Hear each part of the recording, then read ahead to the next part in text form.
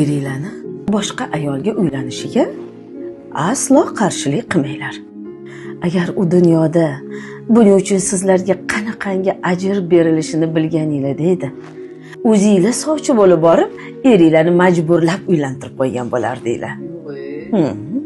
Aynan opajonimdan bizga shunday mujdalar beryapsizki, o'zingiz ham shunga rozi bo'lgan bo'larmidingiz?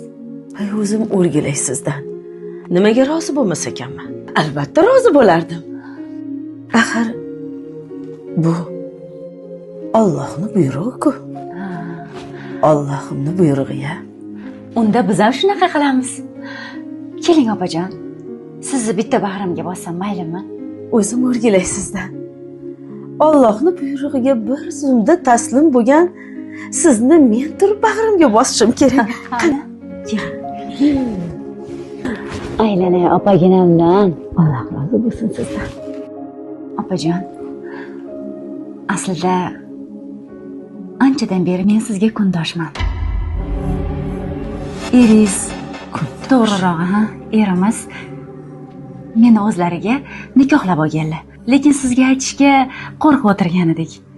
Hozirgi suhbatingizdan shunga amin bo'ldimki, siz shariat amriga taslim bo'lgan jannatiy ayollardan ekansiz. Voy, sen jippillar nimalar deyapsan? Qanaqa kundosh, qanaqa ering? Ha? Kim eriga tegasa, kim qanaqa kundosh? Kim eriga tegasa, qanaqa qo'yvaring? Ana, nima turing? Hay, opa, tuzimisiz? Turing. O'zingizga keldingizmi?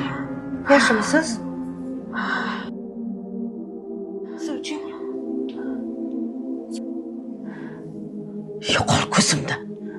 Turq sovuq. Gap amali bilan bo'ladi, opaginam. Hammamizni yig'ib olib, qo'shxotinlikka da'vat etdingiz.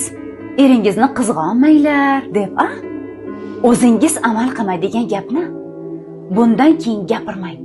Xo'pmi? Eringiz o'zingizga siylov. Bir sinovga yaramagan oqila.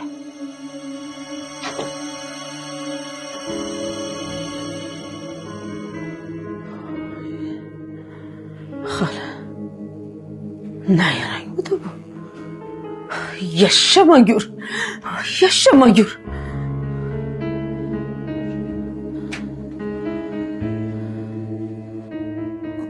Suv ichib oling.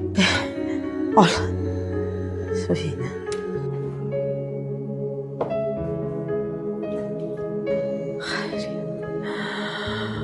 Voy, xayriyat. Har qancha niqoblamang, riyokorlik baribir o'zini oshkor etadi.